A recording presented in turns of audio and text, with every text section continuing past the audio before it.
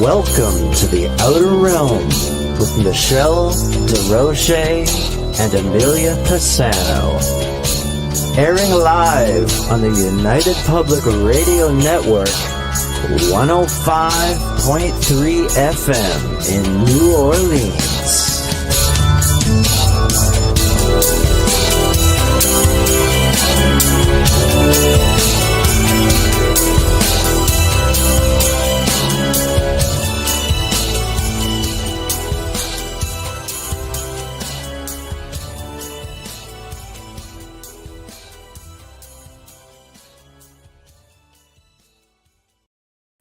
Good evening, everyone. Welcome to the Wednesday night segment of The Outer Realm. We are broadcasting live on the United Public Radio Network, 105.3 FM from the Gulf Coast and 107.7 FM from beautiful New Orleans. We are fully sponsored by the amazing people over at Folgers Coffee, who have been a part of our journey for the last several years. So thank you, Folgers. We appreciate you so much. We couldn't do it without you, nor would we want to. Also, big thank you to Justin Snicker, a.k.a. Dr. Snick, the sonic surgeon, for the contribution of his time, his music, and his voice for the intro you just heard. He is an award-winning composer of Halloween, horror, sci-fi, and dark wave electronic music, which can be found on all of your favorite music streaming platforms. Also, big thank you to Steve McGinnis, the artist behind all of our logos here at the show. Check him out on Facebook and Instagram. Also specializes in the horror and Halloween genre, but does incredible commission pieces of any type. So tonight, been looking forward to this, I have to say. And I know this is a topic that we get asked about, so I'm really glad that we could deliver on this one. So Dr. Adam Rizvi, a critical care physician who has witnessed countless moments of transition in the ICU that science alone cannot explain. His new book is called Love Does Not Know Death, Stories of Death, Dying, and the Miracles of True Forgiveness. You know it's going to be great. I've read the book. It's phenomenal, and we're not going to make you wait any longer. So without further ado, Adam, hello. Hey. Hi, Michelle. Hi, Amelia. It's such a pleasure to have you on. Oh my gosh, it's a pleasure to have you. And I've been looking forward to this. It's so nice to meet you. Likewise. You for being here. I was saying earlier to Michelle, I've been watching you all day, like not psychically, No. like on television. I think I was feeling it, maybe. That's I funny. just wanted to get a feel for you, and your energy and your everything about you as you're speaking was so much more than I expected, and it was pleasant. That's very nice of you. It was very kind. Like I felt like sometimes when you see doctor worked in hospital, sometimes in this field you kind of like concerned about how somebody may react to something. And then as I got to read more about you and listen to you speak, I was like, I can't wait till Yeah, it's true. I mean, doctors, it's so interesting. The profession is noble, I think, and there's an opportunity to help so many people who are in a place of vulnerability. Not just doctors, but nurses too. Nurses. Big time. I have a lot of friends who are nurses. Hospice nurses are some of the greatest unsung heroes there are out there. They're constantly helping people make their transition. I think there's so much power to knowing that your presence can bring about healing. You don't even need to say anything. Sometimes I find that when I'm like going right into it with you guys. I hope that's okay. Go crazy. It's your show. Yeah. Like sometimes I feel, I think your listeners might be open to this. Let's say I have a patient in the ICU and I know this patient's got metastatic cancer that it's widely spread. Their family is hoping for the doctor to come in and be like, yes, we're going to give you this medication and you're going to heal and everything's going to be great. And I have to go in and give this news. And I come in, I sit down with the chair. I make sure I'm eye level with everyone. So there's no sense of like the doctor who's got all the answers, but like I'm here with you as a human and I'm going to share with you something that you might not want to hear. And then I deliver the news. Now, the interesting thing that I've noticed, and I think this is where you both would really appreciate, what I experience is most of the time I don't say much.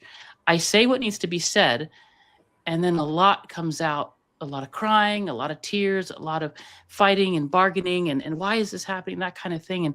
And just because they ask questions doesn't mean they're asking the questions literally. It's just an expression. But the interesting thing is, just sitting there in silence, I will feel so much running through me. I just feel like a flow of light and love. And I feel like just the presence of sitting with the family is bringing healing. And I feel like a lot of caregivers, if they realize that their presence can be healing, would go into conversations a little differently. You don't have to say anything to help people. You could just sit and allow that presence to bring about healing. And maybe this speaks to energy and something else. I don't know as much about that as you do, but I'll tell you what I do feel. What I feel is a lot of love moving through me in many of those conversations. Sounds to me like you're a healer in more ways than one. That's very nice of you to say. No, Yeah, it's true. If you're feeling that positive energy, you're like a conduit and you're helping. Yeah. And that, I feel like maybe we all can learn to be healers, because really it's just loving. And I don't feel that it's Adam loving. Of course I do love my patients, but there's a deeper love. There's like a universal awareness, a universal presence that is available to flow through each of us. Well, you're the person that they look to, for the answers in that moment. But I'd like to start, if it's okay with you, just to go back, just to your beginnings a little bit, your own spiritual journey, because you started, you were exposed to death, like fairly young, like many of us are. We always lose a grandparent or an aunt or an uncle or a friend, and some of us had problems with death. My family was always one to bring me to the funeral home when I was little, so it's kind of like I didn't fear that. I wasn't uncomfortable with it. So in preparation for who you are and what you do today, I guess, what are your humble beginnings? Yeah, thanks for asking. No, pleasure. I recall my father really helped me reframe death. My grandmother had died from my Pakistani side, so I have a Pakistani side and a French side. My mom's French, my dad's from Pakistan. When my Pakistani grandmother died, typically you do in the Islamic tradition, the Muslim tradition, you do a bunch of prayers, very similar to Christian traditions, and you dig a hole and you bury the body. Prior to burying the body, you wrap it in a white cloth that has prayers written on it, and if needed, you put some amulets and different things with the buried bodies to sort of protect it, and you lay it down. I was coming from college, I think, at the University of Rochester, and I didn't get to be there when she passed away, but I was rushing in. They were in Virginia. I flew in, got a taxi. The taxi brought me straight to the cemetery. I saw a group of people huddled around a gravesite. I assumed that was there. I went all the way. Sure enough, it was my family. My father was at the gravesite, and the body had already been lowered down. And he saw me, and he kind of called me over. And I went right over there, and he said, go in with the body. And I kind of was like, okay, all right. So I go in, and I'm crawling in, and now it's just me. This is more than 6 feet. They dig it really deep. I'm completely covered. The ceiling or the surface of the earth is way above me. And he asks me to sort of undo the cloth and look at her face. That's what he says. He says, look, make sure you look. And I remember undoing this, and I remember seeing her face. It was like a skull, but with just a thin veneer of skin wrapped over it. Her eyes were deeply sunken in. I could start to see the mandible and the maxilla and just the bony prominences. And it really was not my grandmother. But what he was asking me to do, I've since really embraced this, is look at death. Don't turn away from it. Death is always here. It's always by your side. We could all die any moment. I think the unhealthy aspect of our Western civilization, unfortunately, is we don't look at death. We look at youth. We look at beauty. We look at health and vitality. All the ads out there is like, look at what you can get and by removing your wrinkles with this cream and you know, It's exercise your superficial. glutes. Yeah, exactly. Yeah. It's superficial. Mm. We aren't looking at death enough. It's not morbid. Because when you look at death, it really makes you consider what matters in life. Well, anyway, I was there underground, and he said, put your hands on her. I placed my hands on this body, and he told me to recite a few prayers. He said the prayers, and I would repeat after him. And it was so interesting. A couple of realizations that came in that moment were, we will all lose someone. We will all lose at least one or two grandparents. We'll lose our parents, and we may lose friends. That's at least 5 to 10 deaths in a lifetime.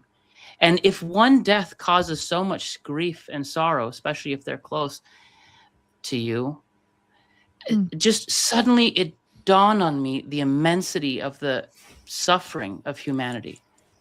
It was sort of like, wow, humanity is going through so much, each of us. And I love this phrase, be kind, because everyone you meet is fighting a hard battle. You do not know what someone's going through. They may smile at you, they may look put together, but you have no idea what's going on behind the scenes. And so just be kind, because you don't know. Mm-hmm. So in that one instance with my grandmother, just in the ground there praying, I just got so many lessons about death. Mm-hmm. I agree. I think it comes down to, like, I'm glad your father, was instrumental in sort of leading you that way, because I know, like, with religion, there's so much conditioning. Like, I think with death and with rules and regulations and what happens after the fact, or, there's a whole set of things that we have to confront. So looking outside the box, which is just religion as an institution, it sets precedence moving forward with how I think we handle things. So breaking away from that, which you did with spiritual teachings. Yeah. So what was a catalyst that made you sort of go, you know what, I want to explore different aspects of spirituality? Oh, yeah. Yeah. So really early on, it's a funny story. My grandmother, they all mean well, all of them. I love my whole family, dead or alive. I love them all. My French grandmother and my Pakistani grandmother, they met each other once, right after my parents got married. In fact, the Pakistani family got to meet the French family. They were all kind to each other. It was wonderful.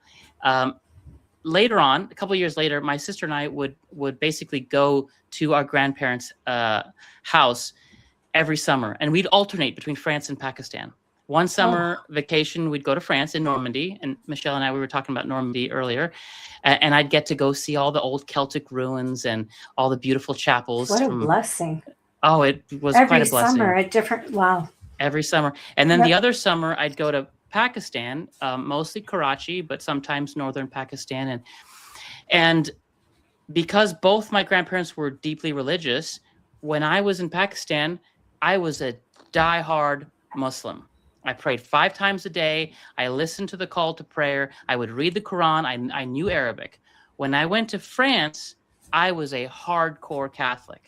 I took on the belief system. I love, and still do to this day, Jesus Christ, Mother Mary, all the Catholic saints. I have a deep, deep devotion for them. And the funny thing is that just because I may not be religious doesn't mean you don't have to have that love for these beings. And so my love for Jesus really started when I was really young. But the funny thing is, my one time after church, after attending Sunday Mass, my French grandmother said, I love your Pakistani family. They're so sweet. It's just too bad they're going to hell. Oh, ouch. And I was like, what? Well, hold on a Oh, second. no. And I was like, why are they wow. going to hell? They don't believe in Jesus Christ, and they haven't recited the Apostles' Creed, Oh, that's and really old Roman Catholic thinking. oh yeah, oh Yeah, yeah, that's way really old. old. Now, granted, I don't. This is not a bash against Catholicism at all, nor is it a bash against No. religion. I would say you can awaken tremendously within any tradition. But that's just my grandparents. They were a little hardcore that way. Yeah. So I was left thinking like, well, okay, does that mean I'm going to hell? You know what? Like, there's sort of like this existential doubt now. And then the next summer, I kind of put it by the side, but the next summer I ended up in Pakistan, and my Pakistani grandmother essentially said, while we were cooking, your French family, they're so nice. It's just too bad they're going to hell. Oh boy. And it struck me because Wow. she was saying the same thing my French grandmother said. Interesting. It's almost worded the same way. And I thought, now, wait a minute. Something's not right here. They can't both be right. And if you knew my family, my French family, and my Pakistani family, they're kind people. They're wonderful, wonderful people. There's no way these guys would be suffering for all eternity in fire and brimstone. Something didn't ring true to that with me. And that was the beginning. I had such intense cognitive dissonance. That was the beginning of my desire to find an underlying truth. There has to be something that holds all traditions, some truth that we can fall back to, where we know we are all connected on a deep level. That was the beginning of, I would say, my spiritual tradition, or to my spiritual path. College took it further when I decided to major and write a thesis in comparative religion. I studied Buddhism and Hinduism and non-duality from multiple world traditions. Wow. And that gave me a lot more clarity. And essentially, there's a quote that I like to say often. Rumi, a famous mystic poet in the Sufi school, said, "I follow the religion of love." And I love that. I love that so much because it encapsulates the truth of it all. And it's also why I called my book Love Does Not Know Death, because there is something in us that is eternal. There is something that continues beyond the veil of death. There's something that unites us still, whether we have a body or not. And I think it's love. I feel it's love. Well, I mean, essentially, we're this essence having a human experience. We don't all start out here. We start out someplace much greater. And the thing is if there's something to be said for having our soul circles that, we sort of participate in one another's lives, if we do incarnate as Buddhism would suggest, for example, then chances are we all knew each other anyway. You come back, and it's why some kinships are just much stronger than others. So I think part of this experience and what takes away from it is just conditioning on every level of life. We don't just get to love and light and just, there's always obstacles. We all, the hope is always that we end up down the same end. We just kind of either you're going to go the straight way, or we're just going to sidetrack around and see where it takes us, which is not the easy way, sometimes the hardest way, but it's also the exciting way because it's so adventurous. Even the apostles had a lot of sinning before they became part of Jesus's crew. Like, seriously, I look at that, and I was raised Roman Catholic, and there's some things that I still practice, but not much. The priest is very aware, but I love the prayers. I love the beautiful prayers because to me, it's meditation. But to think that, again, I understand why both grandmothers said that, because that was the belief system that was instilled in them from when they were very little. We worked really hard to understand the difference between what the organization is and what the faith is. So yes, they never did that. Distinction. They never questioned it. So it's understandable to think that way. You brought up a really good point, both of you, about conditioning. one of the things that I really recommend, and probably my driving point with the book, is don't wait to forgive. Don't wait to love. You don't know when your loved one is going to pass away. You really don't. We think that we live till 80 plus on average. It's so surprising to some when death comes. And yet it's the one thing you can bank on. It's the one thing you can guarantee. It's going to happen. You just don't know when. So I like to recommend that people forgive. And one of the ways into that place, into that state of mind, is, which is something you just talked about, Amelia, you don't know how someone has been brought up. You don't know how someone's been brought up. And it could be that someone's actions, which seem to be an attack on you, which seem to be, like they're doing something wrong.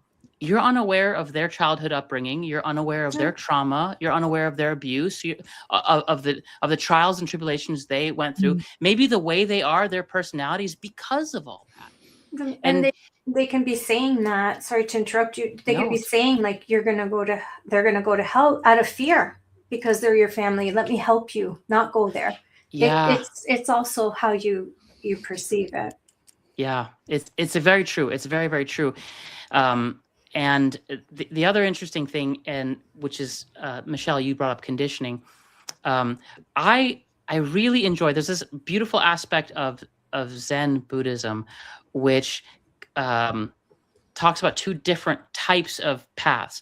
The fancy term in religion literature is cataphatic and apophatic.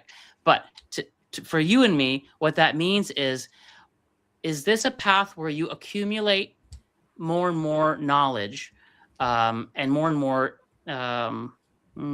insights, right, to arrive somewhere? Or is this a tradition where you're peeling away and you're removing and undoing? And what I like about the latter, the second one, is it's really good for our modern world. We are so deeply conditioned that if we start the process of undoing the conditioning, first becoming aware of these beliefs that we hold about ourselves and about others and about life, and we start to peel them away, undo them, what we find is the ground of being, which is also the nature of who we are. And I love that aspect, that perspective of the spiritual path, that the spiritual path is an undoing. It's an undoing of the conditioning. It's an undoing of the false beliefs. And the other reason why I like it is because you're not getting somewhere that you aren't already. You're undoing the false belief that you are not already home. Another way of putting it is you're slowly remembering that you've already always been home. You've already been whole. You've always been where you wanted to be. And it's a teaching for the ages. But I like that because it teaches each of us, we are already at the goal. We just have to remember it. That's the key, you see, because, our Creator has this funny little thing about having us forget when we come back here and say, hey, now just remember who you are. And we're like, yeah, okay, is that a trick? Because some people have their whole lives and have no clue, but yet how often do you hear people of spiritual faith, they remember who you are? I say it to people, remember who you are, because with some people I could feel it, and they're obviously, I feel close enough where I could say, like, you're close enough in doing it, remember who you are. And there's other days where people say it to me, I'm like, I am trying.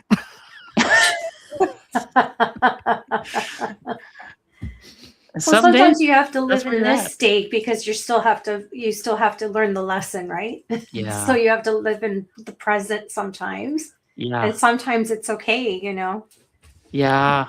to be demanded, to demand to be carried on eventually Cleopatra. It's okay because that's who you were. But I guess that's the trying question. to make light of it. Yeah. How do you remember? One way to approach it is you let that remembrance come naturally, and instead you focus on the untruths. So for example, if I get angry at someone because someone said something at work, right? They were angry at me. They blamed me for a mistake that maybe I did do, or maybe I didn't, right? And then my mind immediately goes to, they're a terrible human being. They shouldn't be alive. Someone's got to, put them out of their misery or fire them, or like we start to say things in our mind, and it's sort of attack and blame. That is an opportunity. That's an opportunity for us to say, okay, where is that coming from? Where is that attack coming from? If you stop and look, right underneath the attack is fear. Oh, I'm afraid. I'm afraid. Maybe I did do something wrong. Maybe I feel a little bit guilty, and I'm not willing to admit it. So I'm just gonna deny that guilt. I'm gonna project it out onto them, and now it's their fault, not my fault. And then you peel the layer again, and you're like, well, maybe the guilt is unfounded. I didn't do anything wrong. I did the best I could with what I knew. And so you just go layer by layer, and you just look at the untruths. And eventually, when each of those starts to fade away, you realize, oh, we're both innocent. But there's no one's done anything wrong. Everyone's always done what they know best with what they know. And it's just this beautiful description in Tibetan Buddhism, where the world is just a display of awareness. It's sort of like fireworks. It's just like a display of awareness. There's no wrong or right. It's just this beautiful play unfolding in our awareness. And what comes to me is when we sort of look at the untruths, that's, in my opinion, you just do that one untruth at the time. You don't have to strive for the remembrance of who you are. It naturally unfolds. And you just start to feel, oh yeah, there's peace here. There's love here. There's compassion and kindness. You're not trying for it. It's always been there. You just remove the veil that was covering it up. So you don't have to strive for love and peace. It is there. That is your nature, in my opinion. And the work is facing, and we go back to looking at death. The work is looking at the shadow. Look within. Look at those untruths. And with each true sight of it, with each honest, courageous looking at that darkness, you'll realize they're nothing. When you're in a dream and a monster is chasing you, the monster has this terrible power because you're running away and you're not looking. The moment you stop and you turn around, either the monster vanishes or you suddenly realize it's not as scary as it was. The power is in the looking. I agree. I agree with that, and let's confront the fear, because I love what you say when you say fear and peace cannot coexist. Yeah, they can't. You have to choose.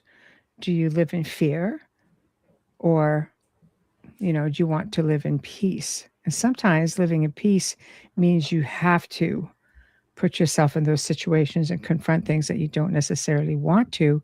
But in order to find peace, you need to confront that fear. Yeah, I see this a lot at the deathbed. This is why I really, really enjoy doing this. When people are told they're going to die or they suddenly get it, there's a lot that comes up. There's a lot that comes up for them, and not just them, but their family members. They start to think back on all the things that they did that they shouldn't have, all the things that they said that they shouldn't have, all the times where they pushed their family away and focused on their career. I'll tell you one thing. I have never, ever talked to someone who's dying and told me they wish they spent more time at work. Or that they wish they made more money. I do not understand. Not when you're faced with that transition. No. Not when you're faced with it. There's so much on YouTube about how to make more money and how to be a millionaire and how to be rich. And I tell you, not once has that ever been a regret that a person dying has had. Instead, it's been, I really wish I spent more time with my wife. I wish I spent more time with my kids. I wish I spent more time out in nature. And I wish I painted more. I wish I wrote more. Yeah. No, those are regrets you don't want. Yeah, exactly. And so this goes back to my driving point with the book. Don't wait. Don't wait. Don't wait. No, it doesn't matter how old you are. If there's a grievance you have, if there's someone that hurts you, if there's someone you haven't forgiven yet, don't wait. Don't wait. And I'll tell you what, when you forgive someone, you're not saying what they did is okay. And that's not what I'm suggesting. And when you say, okay, I forgive you, you're not condoning their actions. There's legitimate things that have been done to people that are just not right. And I'm not saying that, but what forgiveness does is, forgiveness is a gift you give yourself. And all you have to look is your personal experience. When you're angry at someone and you're resentful, it's like you're creating these prison bars around you. You're putting yourself in a cell. You're the one feeling this rage and this resentment, and it's boiling inside. You're the one suffering. So when you forgive someone, you're giving yourself the permission to let go of the burden of judgment. You don't need to do that anymore. That's why the Egyptians had that old thing where you weigh your heart on a scale with a feather. Mm-hmm. How do you think a heart feels? In order for a heart to feel like it's as light as a feather, you need to have no resentments. You need to let go of the world fully. Have a heart as light as a feather. And I would say, get there now. Work on making your heart as light as a feather before your transition comes. That's well said. Well said. When you're in the situation that you're in with people, you're often the teacher because they look to you for answers, because sometimes maybe they don't have anybody else to ask. But do you find yourself also being the student? You're learning from them? I would say I'm the student more than I'm the teacher. And honestly, I rarely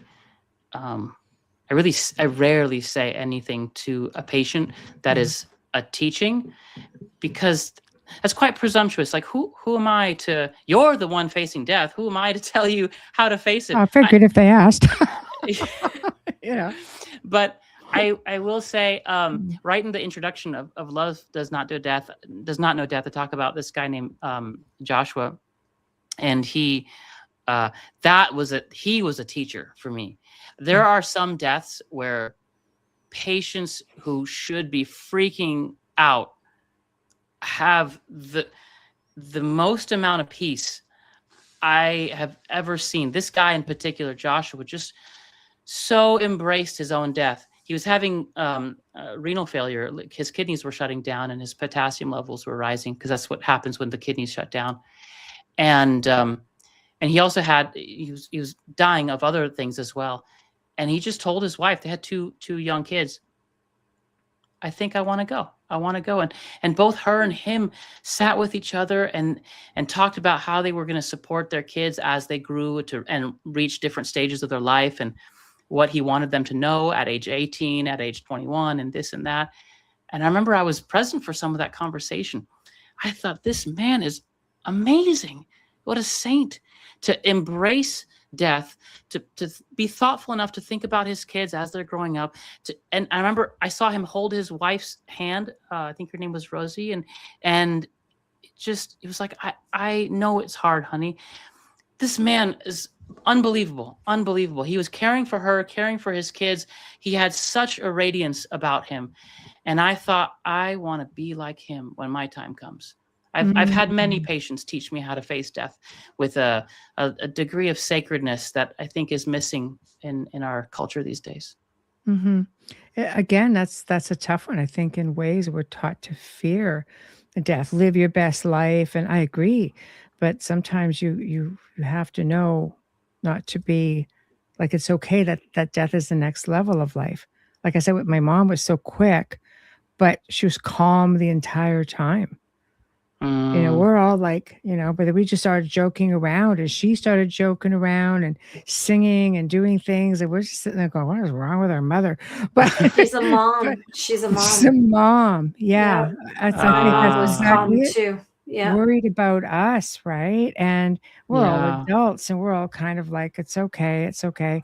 And yet she's the first one that when I was leaving, almost had me in a headlock saying, take care of your sisters who are like adults. But I'm like, okay, thanks for that bedside promise you made me do. So they're good at that. yeah, the bedside promise, right? So yeah, but no, I agree. I think there are some people who are just so composed. And Michael makes a good point. He just had I'll back up 1 second. Said before my brain surgery, I was confused why I was so calm. I thought I would be more afraid when they asked me if I needed medicine to help me with anxiety. I told them no. Oh, wow. But he said learning to let go is tough because he has a 13-year-old daughter going on 30. And she's like basically my everything, my treasure, but also a young lady. So I think that's, again, facing one's mortality can be calming and soothing when we realize it's out of our hands, and that's okay to let go, especially if you know in your heart that you've done everything you could. Wow, Michael, those are words of wisdom. Amazing. Yeah, it's pretty, he's bouncing back. You're doing really good, Michael. So, but I guess it's all, it's all from within. We have to look within, right? Yeah. I'll say something on a practical level. Michael just brought this up for me, and I don't think I mentioned it in the book, but it's very important to tell your loved ones what you would prefer to be done at the time of death. And here are the things to ask them. If their heart stops, do they want to be resuscitated with electric shocks and chest compressions? That's called DNR. It means do not resuscitate. Or you say, yes, we do want you to resuscitate them. Make sure everyone in the family knows what your loved one prefers. And the second thing is DNI, which means do not intubate. If they have difficulty breathing, are they okay with having a breathing tube placed on their throat and being hooked up to life support? And are they okay with that for a long period of time or just a short trial? If everyone just asked their loved one these questions, it would save the medical institutions, the doctors and the nurses who take care of them in the hospital, a ton of grief. We are faced with such dilemmas so many times with family members who are coming in. They have end-stage cancer, they have end-stage lung disease, and their heart stops, or their oxygen level is so low that we have to hook them up to life support. But we don't know, do they want that? Or do they want to be let go peacefully? Do they want the last moments of their life to be quiet and sacred and peaceful where they just go? Or do they want like alarms blaring, everyone doing chest compressions and shouting and shoving medications? Like, it's chaotic when we do resuscitation. But sometimes we are able to save a life that way. And so we want to know what is okay to do. Especially in the circumstances that they find themselves. How old are they? What kind of illness do they have? Those all play. DNI, I don't know if that's a thing in Canada yet. The DNR, yes, but DNI, I never. I mean, with my mom, they took it out because, like her heart just stopped. But I don't remember being asked that. Interesting. At all. But my dad was 90, so I don't know. I would have to ask my girlfriend whose father passed away more recently if they had that. I only hear of DNR in Canada, but I want to look that up because I didn't have that as part of my will. The DNR I did. I wonder if maybe DNI is included inside of the umbrella the DNR, of possibly. resuscitation. Well, you're the doctor, so I believe that. Yeah, possibly. I didn't really look at that. That's not something we want to. It's terrible. My dad never told me how he wanted to pass away, but I remembered things. That's it, Amelia. Yeah. We are so afraid to talk to each other about death. He was. I wasn't. Well, I talk to dead people all the time, but he was very uncomfortable. But we would drive by somewhere or we'd be somewhere, and I would remember what he said to me. So I knew exactly how he wanted his service, including not at our family parish, which was what it shocked a lot of people. But I'm like, no, he didn't want to go back. Wow. But sometimes you just, if they're a parent, that's just my advice. If you're a parent doesn't want to talk about it, pay attention when you're at a funeral with them or hearing of someone who's ill and listen to their responses. That's true. Michael, goes on to say it ties into our prior discussion. This was from something I touched on the show yesterday, of the topic of helping people pass on. Because now you have the assisted methods. Though we treasure life and experiences, we each have the right to let go. Again, with Jack Kevorkian, I mean, that was against. He did that, but now, of course, they're doing it. I mean, Canada, it's almost it's the highest cause of death in Canada right now. It's absolutely ridiculous. Wow, Right down to mental illness in preteens. It's a big fight. Yeah. So I had no idea. Without parental consent. But anyways, we won't go there because. What are your thoughts with that? I mean, have you ever been faced with anybody asking you something like that? Who knows, let's say that they're terminally ill and maybe aren't going to go anytime fast enough? It hasn't come up in that exact way for me. So, but I will say the closest I've experienced that is someone who is ill, but has something that could be survivable, meaning we have the medications and the treatment to pretty easily treat what they have. Let's say it's a heart condition with a clogged artery, and we could go in and remove the clog, and they say no. And we watch them die. And they're within their right to say no. Yeah, absolutely. And so they tell us what they want, and we respect that. And if they want morphine as they're facing the pain of those last few moments, they will get morphine. We will give it to them. And we have, there are very clear ethical boundaries. We give morphine. Nurses have clear guidelines. The physician puts in the order, but the nurse is only supposed to give morphine to the point where they visibly appreciate pain going away, and they will track the respiratory rate. If they go beyond that, if the patient looks like they're visibly calm and not in pain, and then they give more, that's considered practicing outside the bounds of medicine. So there's sort of like a line within. And then if the patient passes as we're giving morphine, then they pass naturally. But it might be different in different places. That's at least in California and in the United States. That's how it's practiced. That's interesting. Which, I mean, to me, again, if you're cognitive enough to make those decisions, do you find that while we're on that, having to rely on loved ones, do you find that sometimes friends and family end up making things worse as opposed to better because the fear of losing their loved one? Yeah, a lot. I'd say one of the most painful things to watch is a family that's been broken apart and estranged from each other. Hypothetical scenario: you have a mother who's dying, and she has 4 kids that are all estranged because everyone hates each other. Let's say it was a dysfunctional family. Yeah. The father is out of the picture. They got divorced. Who knows? And he remarried. Okay. This is actually, there are many cases. Yeah, it happens a lot more often than you think. And then the death or the imminent death of someone will bring the family together again.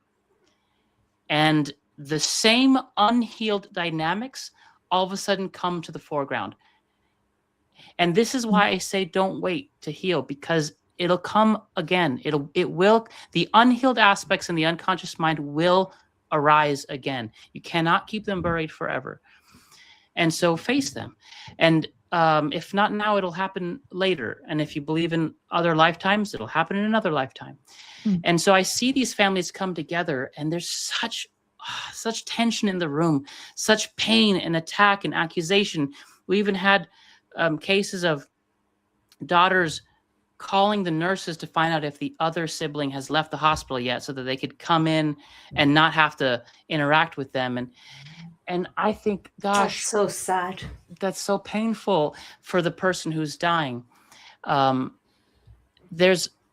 I think there is a way to be at the bedside of someone dying that can be very healing. And in order to come with a healing presence. You have to have attempted healing what's hurt inside. And if there's someone that you truly hate in your family and you can't stand them, do the inner work as best you can, and then come to the bedside and be gracious and compassionate to the person who's dying. At least make the attempt. Yeah, if you don't go, you're just robbing yourself of that time. Like I had a bit of an issue, and I remember someone saying to me, "Oh, I can't believe you called that person to come." And I said, "Well, that's his child." So yeah, I think you have to put the person who's passing first. Yeah, it's not about the loved ones. It's about the person. It's about the person who's passing. They need the peace. You don't have to make peace with that other person, but they need the peace with that person. And that person, it's their parent. They deserve to be told as well. So that's just my opinion, having been through it. Yeah. I'm the peacemaker in my family. So that was just my opinion. It's like, this is the information. This is what's happening. You want to come? I think you miss out on everything. You miss out. Yeah. It's a big, big moment, and it's a blessing to be there. That's you nailed it. Absolutely, Amelia. I think death and dying and approaching dying is an opportunity. If you can, death will bring up the things that need to be healed. You can embrace it as an opportunity for healing yourself and healing others. That's exactly what death is. It's an opportunity. I think it's an honor to be there in someone's last moments of their life, because I've been through where I didn't have that opportunity because my brother passed suddenly. So I understand the two. And I think people really have to, for yourself, let go of everything and be there in that moment and deal with all the crap later. There's always time for more. Yeah. But at that moment, don't let it escape you. You'll regret it.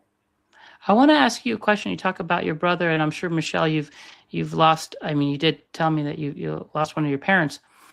Don't you guys find that when your loved one's about to die, there's a part of you that maybe wants to hold on and like just say, don't go yet, but that may on some level keep them here a little bit longer than they need to.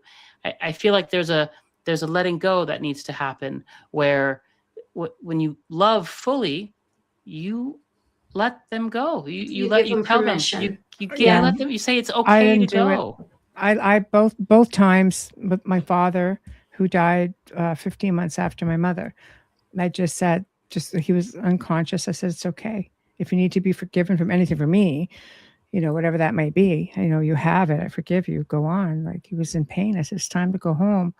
I said, Mom's waiting. We knew she'd been there. And with my mom, she was so accepting of it. I said, are you ready for this? And she just said, I think so. You think? It's not very reassuring. But she just said, okay, then yes, I'm okay. I'm okay. It's like, okay. So it's not about what we want, but we have this thing called attachment. And we attach to people, and my son told me that at a really young age. He might have been like 16, 17, and, very spiritual on his own spiritual path. And he goes, I'm in attachment to you. I said, I know. I don't care. And when my grandson was born, I just remember, like, so many years later, I just said, look, honey, I have a new attachment to love. And he just sort of looked at me sort of like, oh. I said, well, it's true. It's a fact of life. We attach. I think that's human nature, and trying to sever that attachment in the time where we have to, and having to put aside how we feel about certain people.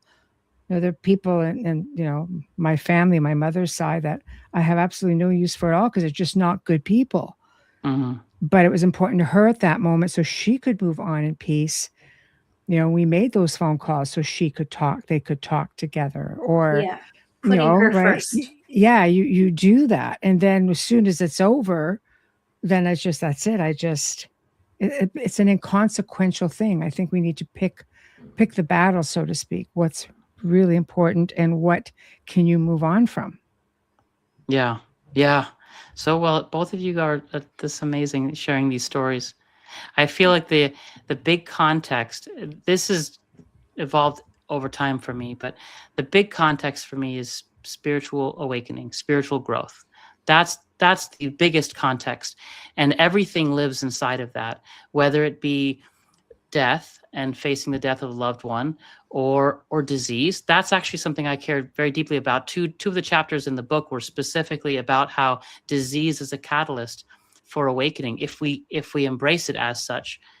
Everything that seems to be a problem in life, death, disease, maybe divorce, maybe a job loss, like all these things that we labeled terrible, terrible things, each of them is a catalyst for very deep growth, spiritual growth. And that's the context for me. If that's the context, then you start to learn to embrace the things that seem scary in life. Yeah, and you have to be selfless. Yeah. Selfless. Kira made a comment. She says how she still looks for it. She goes, it's kind of crazy that I'm still seeking my mother's approval even after death. It's interesting how we tend to keep up with things like that, you know? Yeah. Right. I wonder gotta if she's share speaking something to her. Yes, please. Oh, yes. Oh, sorry. Go ahead, Amelia. No, I said it. No. You're the guest. Sorry. No, we're all guests of each other. Yeah, it's so interesting. Who said that comment? I want to just say Kira. Kira. Yes. Kira, I just want to say something. This is something that I've never really spoken to, but when my dad died, when my father died, there was this huge emptiness in me after his death. I realized so much of my career trajectory was because I wanted my father's approval. And maybe daughter, mother, father, son, there are certain dynamics there and vice versa. But a son and his father, I realized I did so much. I wanted to be a doctor because my father wanted me a doctor. I wanted to be a neurologist and intensive care physician, go to Stanford, graduate, and become a director of an ICU. Like each of those things was like, my dad would be so proud of me. And then he died, and there was just this raw emptiness of like, I remember feeling like, what the hell is the point of my life now? Like, what do I do? Well, nothing matters anymore because I was doing so much for him.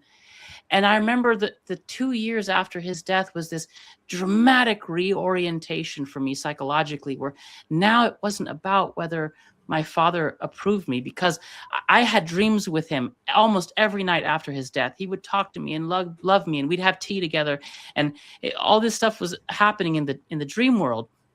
And all I felt from him was approval. He loved me unconditionally, and it didn't matter what I did. And I finally got that, and I had to reorient what I did in life to not be for approval from him in particular, and instead be what is the truest expression of my desire to be helpful and of service to humanity. And that's when my career, it was a whole new chapter in my career after that. I just wanted to share, psychologically, a lot happens when our parents die, I think. Especially when you lose the last one of the two. Then it's like somebody pulled the rug out from under you. Oh, yeah. Which brings me to this comment. And I was going to ask you about this. Phil says, I miss my parents' last breath. Both of them died in a hospital bed. We stayed with them 24/7 for weeks. The one time we left them alone, both occasions, within hours, we got a call. I was so mad. So maybe they waited for them to leave. And I've heard this story so many times. Did you find, like, within your people within your care, was it sort of the same idea? They just wanted to be alone as opposed to being surrounded by loved ones? I was just going to say, please, to the commenter, you don't need to be mad, because this is so, Phil, no need to be mad, my friend. Believe me, this happens so often. I have a death journal that I started when I was in fellowship. Every time, my goal was to write down the name of the person who died that I was physically present for in the room when their heart stopped. That was my criteria. I have over 500 in my death journal now. And what I do is I write their name. I write everything I know about them that I gathered from the family, how they died, the moments leading up to their death, and what I experienced after their death. And I had so many amazing stories of the amazing things that happen after death. and I offer a prayer, sort of my way of honoring that life. So many of those journal entries are the wild coincidence of huge families. Like in California, we have a lot of Hispanic families, and they're like 20 plus. These are massive families, and they make the security guard so upset because there's usually like a limit to how many can be in one room, and they inevitably, when someone's they're on hospice or it's their last few deaths, and it's sort of dragging on and days go by and the patient is out of it, but they're still breathing, their heart's still going. Something happens where everyone decides to go home. Or I've seen this happen too, where there's maybe 3 or 4 in the room, and they say, well, let's just go down and grab some soda from the vending machine and we'll come right back up. Right? Little things like that. Or let's go out and grab a smoke outside, take a little bit of break, and we'll come right back. 2 minutes, that's all. Sometimes even 30 seconds. The family steps out. That's when the patient goes. Wow, it is beyond coincidence. And to me, I think, now I've seen the alternate side of this, but let's just stick for this for a moment. For some souls, for some people, I feel like they are choosing to leave the way they came. They want to go on their terms. They want to go alone. And that's their choice. I feel like there's a conscious will to this. It can't be happenstance that they suddenly die when the families leave. Now, the converse, and I've seen this, but I'll say it's less frequent for me than the other way around. I've seen patients who know there's a loved one, like a woman who died of intracranial hemorrhage, a brain bleed, or she was dying from one. Her son was coming from Germany. And it was a long flight, multiple days for him to plan, buy the ticket, fly out, go to JFK, connect to SFO, drive down. Like 2 or 3 days had gone by. She just lingered. Heart rate was in the 30s. Oxygen levels were super low, but she didn't die. He arrives into the hospital, holds her hand. Within 60 seconds, she's gone. Yeah. My dad waited for my brother to come because he had gone home to take a shower, and I called as soon as I slept all of a half hour, and we left one brother at the hospital, and the one who was not the strongest one out of the 3 of us, and he called all trembling saying, Dad's going to go any minute now. And they left, and they were over an hour away, and I called them. And I just kept saying to my dad, if you want to see him, you got to hold on, okay? We'll listen to opera. And I laid in bed with him, and this was during COVID. I shouldn't have done that, but they let me. I took everything off, and I just crawled in with him and played our favorite tenors. And just like you said, once my brother arrived and we were all there, within 15 minutes, not even. It was like, okay. But as a medium, so it's a different experience for us, because we can see the loved ones who have passed, who come forward to assist the transition. So it's a different experience. So, they're okay. Which is another good question that I'll pose to you. Do you ever see some of your patients having like random conversations with people in the room? There's it's kind of unfortunate, but in Western medicine, when people start to hallucinate, there's a tendency to say they're having delirium, or they're delirious, But yes, delirium is real. It's a real thing. When you're in the ICU, you do get confused because you don't have normal day-night cycles, and there's loud noises beeping and people bothering you constantly. But when you're actively dying and you sit up straight in bed and you have a legitimately clear and lucid conversation with someone that other people know has already died, I don't think that's delirium. Delirium is like you're confused. You're saying things that don't make sense. You're sort of thrashing around. When you're sitting up straight and you're like, oh, hey, grandpa's here, or, Nana, good to see you again, and, oh my gosh, Charlie, and they're staring at like the wall, Well, I mean, Wayne and Chad has had so many experience with his mother passing. They were having a conversation and she goes, 1 minute, dear. And she goes, no, dear, that's not my cat. This cat has no tail, or my cat had no tail, whatever the case may be. And then she goes, that's very nice. He's a lovely cat. Then goes, all right, darling. Like she finishes the conversation. He's like, okay.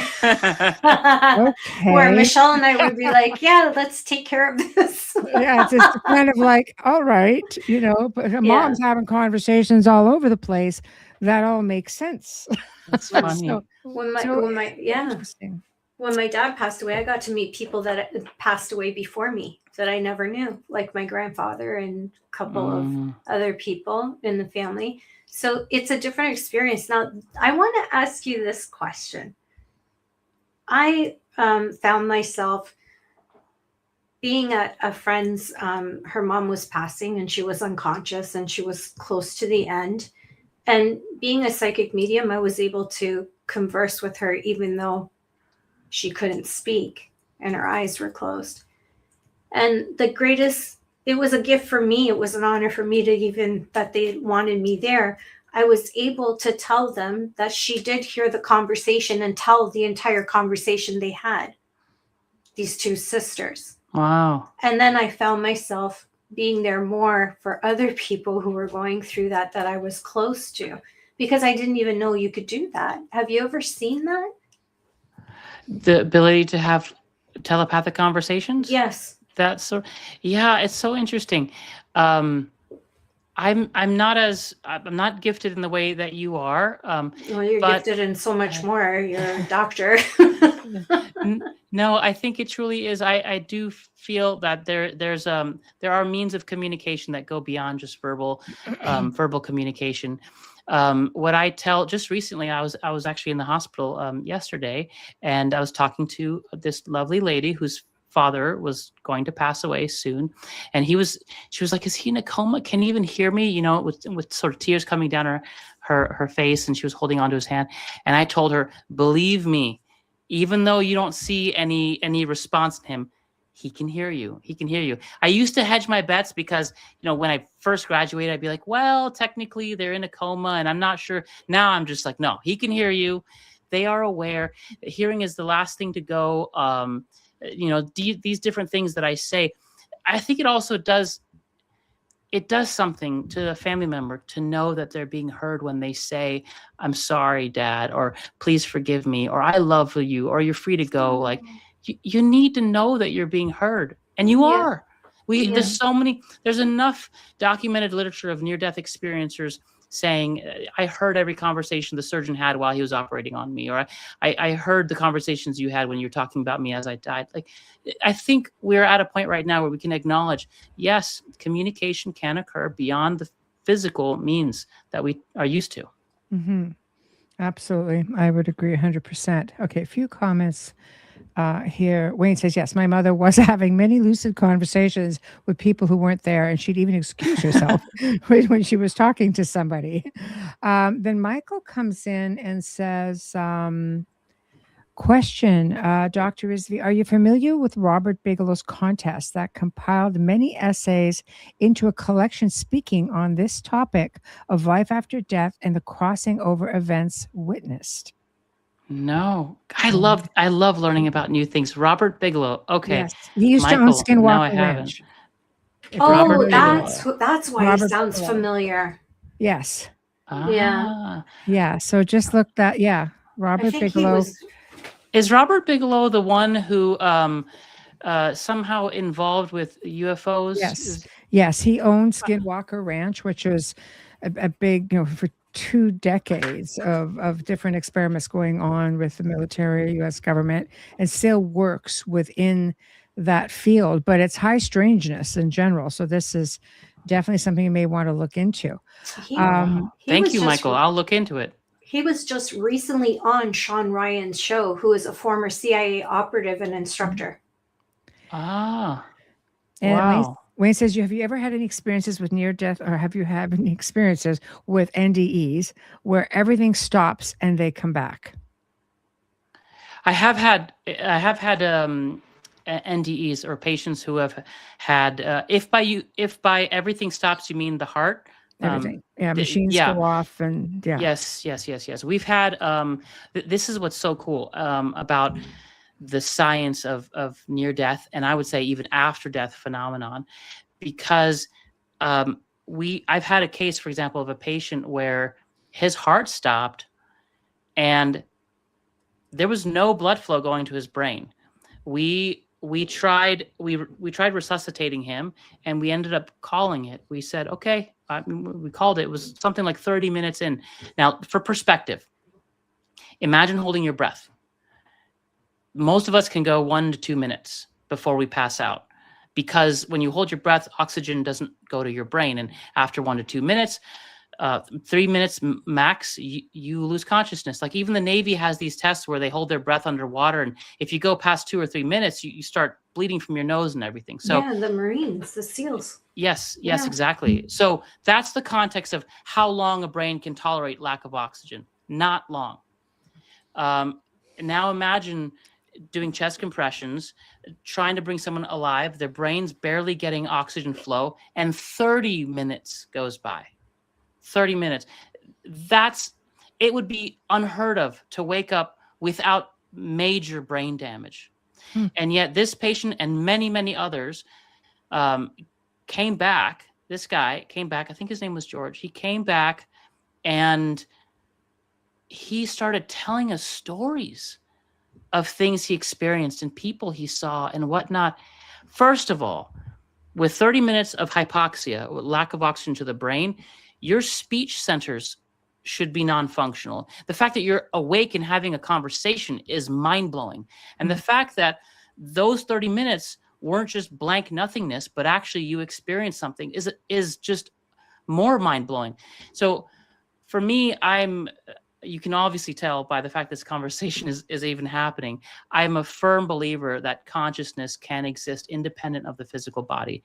I would say most of my colleagues don't believe that, or they don't see things that way. But this case with that patient and many others just goes to show you we just don't understand enough about how the reality works.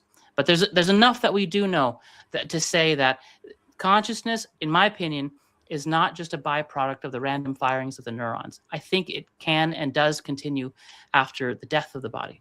I think scientists are starting to finally clue into everything the rest of us knew. Wayne says, my friend died in OR and floated up to the ceiling and saw big red digital numbers on top of the cabinet. So he asked if he had died when he came back into the body. He was told no, but then was asked what he could recall. And I heard this was something that some of the ORs do to try to figure out who really left the body and who didn't. So sometimes they would just change the date. Sometimes they would put a little message. It would just say hello, or just things like that. And when he got back into the body, then he would basically say, yes, I saw this. Oh, interesting. I know in the OR, some ORs, they have a red digital timer right on the top that can remind the surgeons how much time has elapsed as the surgery started. Yeah. It could be that that's what he was seeing. I can't speak to hidden numbers. Yeah, it could be, because that's all he said was he saw numbers. He told the doctor what the numbers he had seen. Yeah, so it could very well be exactly that, but it is super interesting. And then Michael had made a comment about the telepathy tapes. I'm aware of the telepathy tapes. Yeah. Fantastic material with the, what do they call them? The spellers. Yes. These autistic children who are able to communicate by spelling. There's so much we don't know about this and other worlds. Oh, it's fascinating. I think we're just starting to scratch the surface. Getting back to Robert Bigelow, says apparently Mr. Bigelow was going to have these put into nice leather-bound books and have them distributed to universities throughout the U.S. and abroad, but you can actually find them online and read them. Fantastic. That'll be my next thing to do, to dive into it. I hope, my sincere hope for Western medicine is that we embrace the fact, in my opinion, the fact that awareness, consciousness goes on beyond the death of the physical body. And when we're able to appreciate that and recognize that in medicine, it will absolutely transform medicine. It will radically transform how we treat each other, what we do in the hospital. In fact, just having the awareness of the non-physical would change a lot. And this ties back to the very beginning of the conversation. When you are aware of the non-physical aspect of your being, the thoughts you have a power, whether they're negative or positive. The emotions you have a power. So the way you are being, even if you don't utter a word, the way you are being, what you're thinking, how you're feeling, has a powerful impact on the energy of a room and the energy of a hospital. So if you're going to someone who's sick, if you're going to someone who's dying, I personally would just take a moment to center yourself, ground yourself, start to cultivate feelings of generosity and compassion and kindness. Do that inner work we were talking about. That way, when you come into the room, your presence is a healing presence. Yeah, that, I mean, makes complete sense. And I think with, like, to me, I think it's a bit of a travesty in some ways that so many gifted physicians come to, the West, for a new way of life or chance at life. And it's like, well, no, everything that you have been educated in doesn't really apply here. You have to either, now at least they're just testing. They don't have to go through the whole process of re-educating, because I do love that so many people are coming in with broader knowledge of not just the academic side, but and I'll put as the otherworldly side, connecting to people who are having near-death experiences and need to, I mean, some people need counseling after things like that. They just have an understanding. Some people see things that they didn't expect to see. Other people have phenomenal experiences. But I think with that being said, we need to catch up a little bit. So I think you're really ahead of the game, with your book and your, you having gone into the spiritual side of things, because I do think spirituality and healing are very much one. Yeah. The word heal is etymologically tied to the word whole. The journey of healing is the same thing as the spiritual journey, which is remembering that we've been whole all along. There's nothing wrong with you. There's nothing broken that you have to fix. We're waking up to the remembrance that we are whole. I end my book with, I think, something that it doesn't require you to believe that life goes on after death, although I feel like it does. But I talk about kindness. And I say this for the nurses, the physicians, the health caregivers out there who are listening to this. You don't need to believe in the non-physical and that whole domain. Just being kind will have a huge impact on helping your patients heal. And for those who have loved ones who are dying or suffering with disease, you don't need to believe in any of this stuff. In fact, it's not really a question of belief. Just try it on. Be kind. Be kind, and it'll transform people. You have bedside manner. There's some people not so much. My mother's physician, for example, did not have a very good reputation. And basically, I get this call and tell me what had happened. And I said, don't use a buzzword. I want to know for real what it was. And he goes, oh. So he gave me the real answer, which was congestive heart failure. And I said, okay. Then he went on about this story. It goes, I know how upsetting it is. He goes, I miss the days where I could just go to the mountains. It says, you're seriously telling me a story about how you miss traveling to the mountains and my mother just died. And he didn't know what to say. I said, I'm going to leave that right there. I really didn't know what to say. My sister was like, I think and I'm going to ask this delicately. I don't mean this facetiously or disrespectfully, but do you think it would benefit? Not all. I mean, all physicians, I'm sure, at some point or another, will encounter death. Somebody, maybe a surgeon, somebody dies on the table. Somebody, would it benefit them to maybe go on like a spiritual retreat or to an online spiritual course or something to help? Yeah, I'd be more than happy to pay those tickets for a few of them that I've been trying to. Amelia, Oh my gosh. Yeah. Yeah, for everyone, I think it would be helpful to take. We're so like rushing around, doing one thing after the other, busy. Our lives are so full. It doesn't even matter who you ask these days. Everyone's got a busy life, it seems. But I think if we take a moment for ourselves, maybe even if it's just 5 minutes at the end of the day, close your eyes, or just get still. We'll see what's underneath the surface. And remember having the courage to look, have the courage to look within. I think some of these physicians, they just need to look what's underneath the surface a little bit, like go inside and they'll see what's been buried. And then just with the looking, it'll come back and come out and be released. I think that's an issue with a lot of surgeons because they don't spend time with the patient.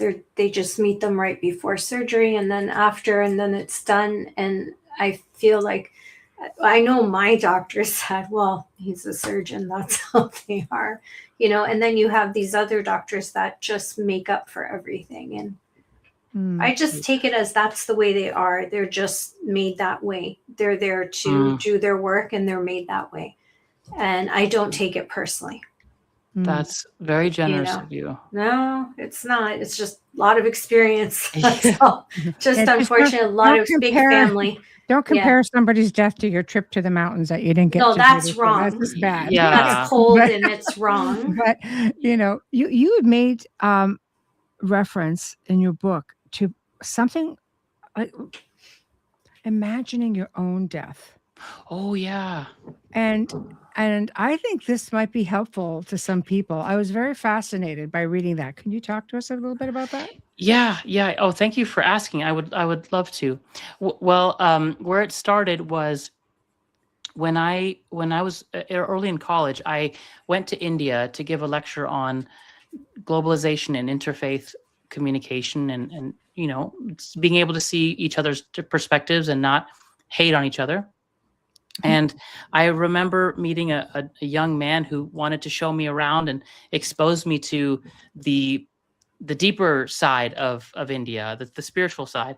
And his name was Krishna. And he sort of took me by the hand right after my lecture, my speech. And we ran down these narrow alleyways right near the border of the Ganges River.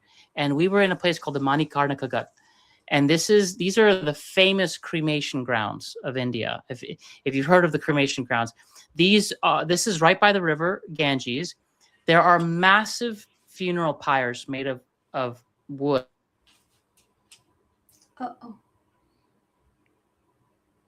Sanatorium, the beach, and and it's just like a dead body on wood and sand. And there's people walking around, and not just one. There's like multiple cremation grounds going on, and you walk in, you feel the heat from these raging flames that are like 30 feet high plus, and you smell flesh. And if anyone knows what burnt flesh smells like, you smell it. You smell it. And so there's like a really visceral experience. And I remember there are family members around the funeral pyres, but off into the distance, there are these yogis. And they're meditating, and they have like this super serene look on their face, and they're looking at the fire, and it's almost like they're looking through the fire, like in some other state. And I remember talking to my friend Krishna. I was like, "What are they doing?" And they're like, "These are yogis, and they're meditating upon death." And that really struck me. I was like, "Yes, that's what it's all about. Like, it's not a morbid thing. This is their path. This is the spiritual path. They are looking at the impermanence of life. They're looking at these relationships ending. They're looking at one life to another. And all of these concepts are just, they're drenched in it. And that's always struck with me. That's always stayed with me. And so I sort of took that on, and I thought, as I dived deeper into my own spiritual path, let me consider my own death in a structured way. So here's what I do, and I offer this to your listeners. When you're at bed tonight, when you're going to bed, pretend, and just for the sake of exercise, pretend that this is your deathbed. Pretend for a moment you will not wake up when the night is over. This is it. This is it. This is the last day of your life. Now, you've said all your goodbyes. Everyone has come by. Now you're alone by yourself. These are the last few moments of your life, the last few breaths.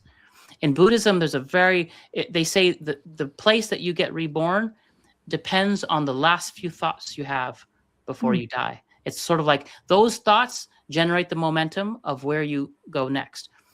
And so they say that because those last few thoughts are so important. And so imagine you're there, even if you're not a Buddhist, but I say that just to embrace the importance of that moment. Now, ask yourself, is there something that you're holding on to that you should let go? Are there regrets that you have of things that you've done? Is there resentment towards anyone or anything, including yourself? Is there something you're proud of? Is there something you're grateful for? When you look back at your life, is there something you would say, I'm so glad I did that. I'm so glad I met this person. Let those thoughts come up, because those are the kind of thoughts that I've heard my patients talk about, and really take it on like this is your last few moments. And now when you're facing those dark thoughts, the resentments and the regret and the pain, just spend some time there. Courage comes from the French word cœur, which means heart. So courage is from the heart. So have the courage to look at those fears with love. Embrace them lovingly. They don't need to be fixed. Just be aware of them. Just allow them to be. It's sort of like hungry children coming to your front door, and it's raining and it's storming outside. You're just giving them shelter for the moment. You just welcome these dark emotions, these painful emotions into your heart and give them space. Yes, I do feel resentful. Yes, I do feel sadness and grief over such and such or this person. It's okay. You just hold it, hug it, embrace it. Do that for all those feelings until you find yourself settling into a place of peace. When you're there, then go and drift off to sleep. And then you know that you've lived a life, and you've lived a life well, and your heart is as light as a feather.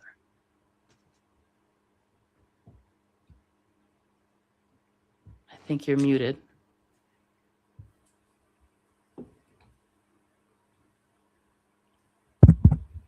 Can't hear you. Of course not, because I wanted to make sure things are completely silent. I was being inspired. I was crying. Sherry says, I'm thinking as you're speaking and things are coming up. What an awesome exercise. Thank you. Also, Kathy says, John Kabat-Zinn has been working with mediation, or I guess mediation or meditation, I'm thinking, for healing. Good. Yeah, so that's a good Darn one. autocorrect. He's a great Just teacher. write this in there for you, just so you know what you're looking for. Thank you, Michael. Essay contest. Oh, wonderful. Yes. Yeah. Thank you. I made a note for the Bigelow thing. Thank you, Michael. Yeah, there it is. That's easy to remember. This just is what you're looking pen. for. Yeah, this is what you're looking for. So, yeah, I mean, I think you never know if you're going to wake up or not, and trying to leave the least amount of loose ends as possible. I think losing your fear, a good way to do that, what I was reading again, the book was Lucid Dreaming. Oh, by Stephen LaBerge? Yes, you were talking about lucid dreaming. I used to lucid dream like nobody's business. Having children completely ruined that for me.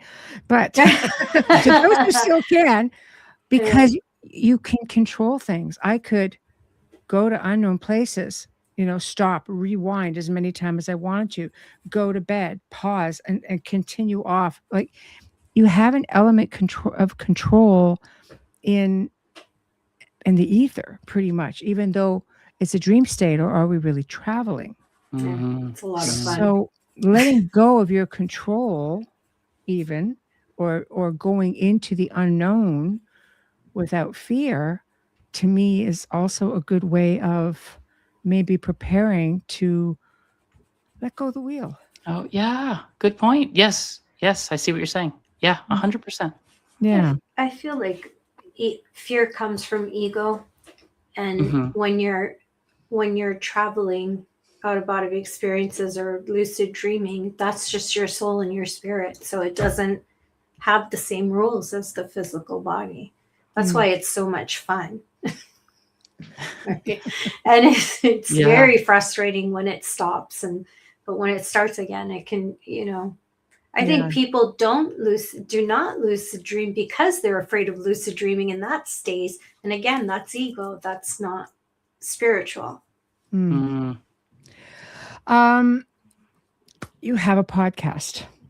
Tell us about your Yes. podcast. Oh, yes, yes. That's a whole other realm. So my friend Stephen Downs and I, we're both comparative religion students. He's a practicing Buddhist, and I would consider myself a student of non-duality and spirituality in general. But I'm not necessarily a practicing Buddhist.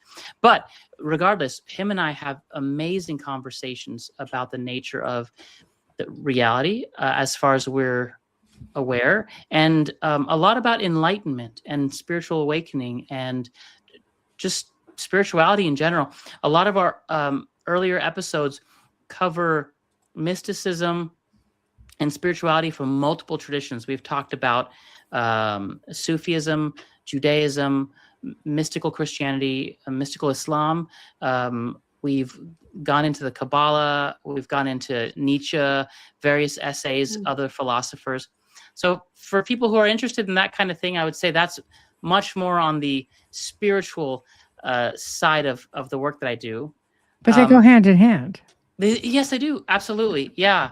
For people who are interested in the things that I'm learning, I write on a Substack, adamrizvi.substack.com. My Substack's called Adventures in Kindness. And I basically write about everything I learned from my patients in the hospital, more or less, the ways that I grow as a human being, and just sharing stories if people are into that as well. I will follow you. I'm on Substack. I need Me too. something other than political stuff to Me read. Oh, good. There won't be any of it. Don't worry. No, I'm looking forward to that. I will definitely follow you. And this is your book. There's my book. Yeah. And the link is in the show description, so people can go in and find it. It goes right to Amazon. And I've got your website going across the bottom. So thank you. Do you have anything else coming up? Planning on writing another book? So I've had just one short story, and I'll tell you why it's so powerful. A man, when I was in residency in Minnesota, a man came in with a stroke. He couldn't move the right side of his body, specifically his right arm. And we sat down with him, and he I think I shared this in the book, maybe. But I did? Okay, yeah. He couldn't move his right arm. We worked him up. There was no blood clot in his brain. There was nothing that we could find to explain this stroke. But I remember sitting with him and talking with him, and I asked him, like I like to ask many of my patients, what were you doing when this all happened? It turns out he found out his wife was cheating on him. Okay, maybe not that story. We're so close, but okay, let's go for that. Yeah. His wife was cheating on him, and he got so angry that he raised his hand to hit her. But his mom told him, don't you ever hit a woman. Never. And he swore by it. He would always, he was a good man, and he never hit a woman. And so his mind, it was confronted with competing desires. I want to hit my wife, and I'm not supposed to hit. And instead, his arm went numb and paralyzed. It just stopped working. And this moment of fear turned into a moment of like confusion, like, why can't I move my arm anymore? Oh my goodness. And his wife got upset and worried, and they called 911 and rushed him to the hospital. And I suddenly realized, oh, this is not a stroke. This is his body confronting dueling desires, dueling beliefs. Wow. And now, granted, I didn't just I didn't drop the workup. We still did a full stroke workup just in case. Yeah. But we also asked him if he'd be willing to talk to a psychologist, and he said yes. And in the subsequent 3 to 4 days, his right hand paralysis resolved, and his strength came back, and he was able to face the rage that he felt at his wife. Wow. And have the courage to face those strong emotions and process them and speak his mind to his wife. And they started the process of healing their relationship. That led me to the decision that there's way more about disease that needs to be explored. And there's so much symbolism in the way that our bodies break down. If you have this one body part that's acting funny, or this organ, your heart or your liver or your kidneys, you should look at the symbolism of what that means for you in your life. When did the symptoms start? What were you doing at that time with life? I feel like Western medicine, we assume that disease is a random event. Oh, you got a cold. Oh, you're sick. No one asks why. They just say, oh, it happens. Oh, it's your genetics, you know. It's stress. It's stress, and here's some It's medication. the answer to everything. Yeah, and it's true. It might be stress, but there's something that we're missing. In the ancients would often look at the specific symbol of your symptom, and they say, what's the meaning behind this? And I feel like we need to go back into exploring disease and embracing that uniqueness of that the way it shows up in your body is specific to you, really specific, and you should look into it. That's going to be my second book. I'm working on it right now. Oh, that is fantastic. Well, of course, you'll come back for that, yes? Yes, of course. You both have been so amazing and such gracious hosts. Oh, you're amazing. Oh my gosh, I feel like I'm with a rock star. I feel like this conversation could continue, though. Yeah. There's so much. There's so subtle, not my style, but you know. Yeah. I've learned a lot reading your book, and I commend you and I thank you for the work that you do, but also for the compassion and understanding that you exhibit, and allowing yourself to go there and see things for what they really are. Because, you know, it's like some people just go through life sleepwalking. They're not really participants in their own lives. They just don't see past the tunnel vision, or they're afraid to look beyond the veil. And you seem to have accomplished all of that. And thank you for doing what you do. That's so nice of you. Thank you. And thank you and Amelia and all your listeners. This was really fun to actually have live comments and feel the audience interacting with us. Your show is amazing. That's why we've been here for 5 years. Yeah. This is our chat. This is our chat family, and everybody just really looks. They really get into it. Sometimes there's a whole other world going on in the chat room that we're not even part of. Gosh, I wish you all peace. You give us so much love. I wish you all peace and love. Same. I feel the same way. Thank you all. So thank you.